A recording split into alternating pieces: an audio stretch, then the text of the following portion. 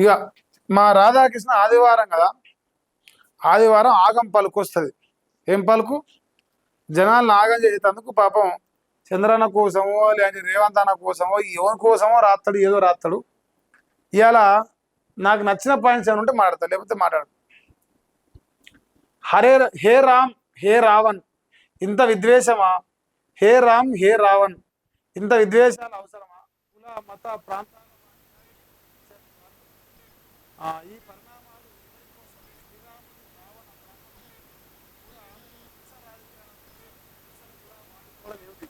కొంతమంది యువతి యువకులు పార్టీల చేతిలో పావులుగా మారి సోషల్ మీడియా వేదికగా రెచ్చిపోతున్నారు.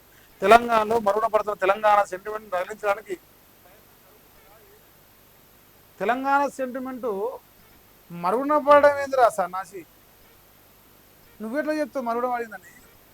తెలంగాణ సెంటిమెంట్ మరుగున పడితే ఈ పార్టీకి మీకు అంటారు పుష్పగుచ్చాలు ఇచ్చి మిమ్మల్ని సింహాసనం ఎక్కిస్తుంది కదా. మరి ఒకవేళ తెలంగాణ సెంటిమెంట్ మరుగున పడితే చంద్రబాబు నుంచి పోటీ చేయమా?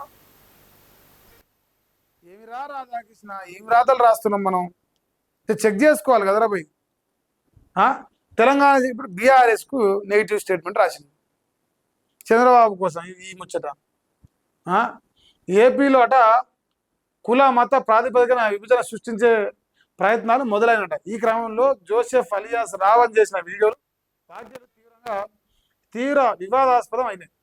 రాజకీయ ప్రయోజనాల వేటలో మత గ్రంథాల జోలికి వెళ్ళడం ఎందుకో రంధ్రాన్వేషణ చేయడం మొదలు పెడితే ప్రతి మత గ్రంథంలోనూ లోపాలు కనిపిస్తాయి.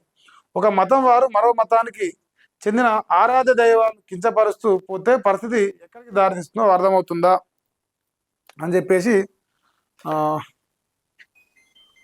ఒక్క నిమిషం.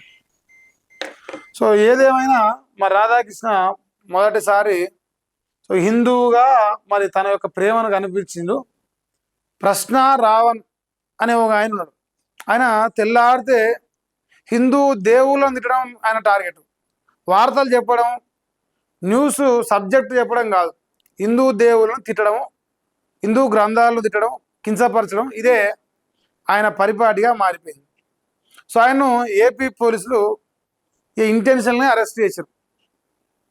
ఓ దగ్గర తప్పు దొరికించుకొని అదే పనిగా అరెస్ట్ చేసి అరెస్ట్ల మీద లాస్ట్కి దేశద్రోహం కేసు పెట్టే కాడికి వస్తుంది అంటారు. సో మరి లాస్ట్కి జరిగేది ఏంటంటే ఒక స్టేషన్ దాటి ఇంకో స్టేషన్ వాడిని హీరో చేస్తారు అనవసరంగా. వాడిని కింగుని చేసి చూసే ప్రయత్నం చేస్తారు. అట్లా కాదు, ప్రాపర్గా ఏమేం మాట్లాడి ఏదైనా అన్నీ ఒక ఎవిడెన్స్ ఇట్లా బుక్ ఫైల్ చేసి పెడితే దాంతో లెక్క. అరెస్ట్ చేస్తా అంటే బెయిల్, అరెస్ట్ చేస్తా అంటే బెయిల్ వస్తానికి ఆంధ్ర ప్రభుత్వం ఇది జరగబోతున్నది. మా రాధాకృష్ణ ఆదివారం కదా, సో చంద్రబాబు నాయుడుకు పవన్ కళ్యాణ్ కోసం రావణ్ వార్తలు రాసింది. కానీ నేనైతే మా రాధాకృష్ణకి ఈ విషయంలో ఒప్పుకుంటున్నాను. ఎందుకంటే నేను హిందువే, మా రాధాకృష్ణ హిందువే కదా. నేనైతే జోసెఫ్ కాదు, ఆయన జోసెఫ్ కాదు.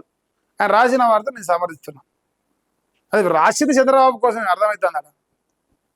అదే మళ్ళీ తెలంగాణ తీసుకొచ్చింది. ఇక రాజకీయ ప్రయోజనాల వీటిలో మత గ్రంథాలు ఇది మాట్లాడినాం కదా. తెలంగాణలో కేసీఆర్ కుటుంబం, ఏపీలో జగన్, చంద్రబాబు ఇటు పోతే రేవంత్ మంది సంవత్సరాలు వాళ్ళు ఏం లంగా పని చేయలేదే. ఇద్దరి పేరే రాశారు. బంద్ చేయలే రాధాకృష్ణ జర. జర్నలిజం లెక్క చేయాలి, లత్కోరిజం లెక్క చెప్తాను నువ్వు. మరి ఇక రావణ్ అనేటువంటి గురించి అయితే రాసిండు బాగానే. శ్రీరాముడు అరణ్యవాసం చేసిన సీత చేత అగ్ని ప్రవేశం చేయించిన అందులో అద్భుత సందేశం ఉందని హిందువులు నమ్ముతారు. దీనివల్ల జోసెఫ్కు కానీ అతనికి సమర్థించే వారికి కానీ వచ్చే నష్టం ఏంటో తెలియదు. మనుషుల్లోని బలాబలాలు భారత ప్రాంతాల్లో కనిపిస్తాయి. ఆయా సన్నివేశాల్లోని పరమార్థాన్ని గ్రహించకుండా రంధ్రాన్వేషణకు పూనుకోవడం మన అల్పత్వానికి నిదర్శనం. ఏపీ ప్రజల బలహీనతను కులం మతం అని గుర్తించిన జగన్ ఆ రెండింటిని వాడుకుంటున్నారు. జోసెఫ్ అలియాస్ రావణ్ అనే ఒక చిన్న ప్రాణి చుట్టూ ఏపీ రాజకీయాలు తిరగడమే వర్తమాన రాజకీయాల్లో మహా విషాదం.